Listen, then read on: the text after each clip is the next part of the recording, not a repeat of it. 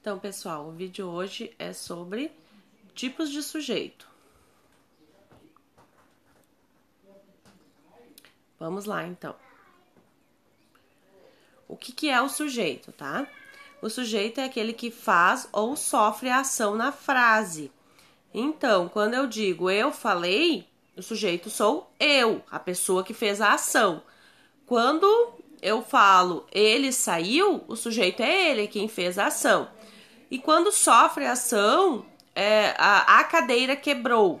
Ela sofreu a ação de ser quebrada, porque ela não pode quebrar sozinha, mas mesmo assim ela continua sendo sujeito. Aí como que a gente faz para descobrir o sujeito de uma frase? A gente pergunta o que ou quem antes do verbo dessa frase. Por isso que é importante a gente saber verbos, é por isso que a gente vem estudando os verbos. Desde o ano passado a gente estudou o modo indicativo, esse ano a gente reviu o modo indicativo, viu o subjuntivo. Para quê? Para chegar aqui e vocês identificarem esse verbo e fazer a pergunta, o que ou quem antes dele. E aí aqui nos exemplos, vocês podem observar que ele é meu amigo. Quem é? Quem é meu amigo? Ele. Então, como a resposta foi o ele é o sujeito. No outro exemplo, pintei a parede. Quem pintei? Eu. Eu pintei a parede. Embora não esteja escrito eu, a gente entende que é eu. Então, por isso que ele é um sujeito também. Aqui no outro exemplo, Maria saiu daqui. Quem saiu? Maria. Então, Maria saiu daqui. Quem saiu? A Maria que saiu dali, do local. Então, ela é o sujeito. Os tipos de sujeito, então. A gente vai começar pelo simples. O simples é aquele que tem um único núcleo, ou seja, uma única palavra importante para ser considerada, que é o caso do ele, eu, o nome de uma pessoa, ou uma cadeira, uma palavra importante. Aí aqui nos exemplos, então. Ele estava bem. Quem estava bem? Ele. Então, ele é o sujeito simples. Então, por isso que ele é o sujeito simples por causa disso, porque tem uma única palavra importante. Depois, vendemos a casa. Quem vendemos? Nós. A mesma coisa acontece ali. Então, tem uma única palavra, um único núcleo, por isso é sujeito simples. Marcos era aluno. Quem era aluno? Marcos. Marcos é o sujeito simples também, porque é uma única palavra importante.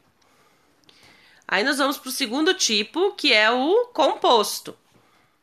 O composto é aquele que apresenta dois ou mais núcleos, ou seja, ele tem que ser interligado pela palavra e.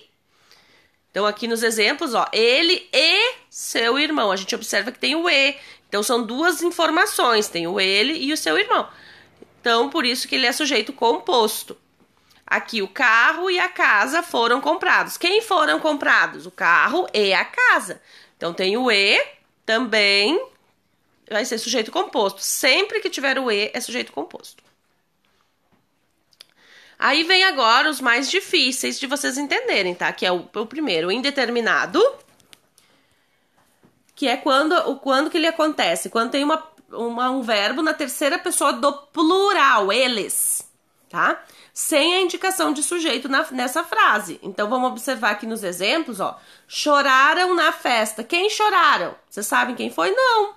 Pode ser eles ou pode ser elas. Então, por isso que ele é sujeito indeterminado. A gente não sabe quem é que estava chorando.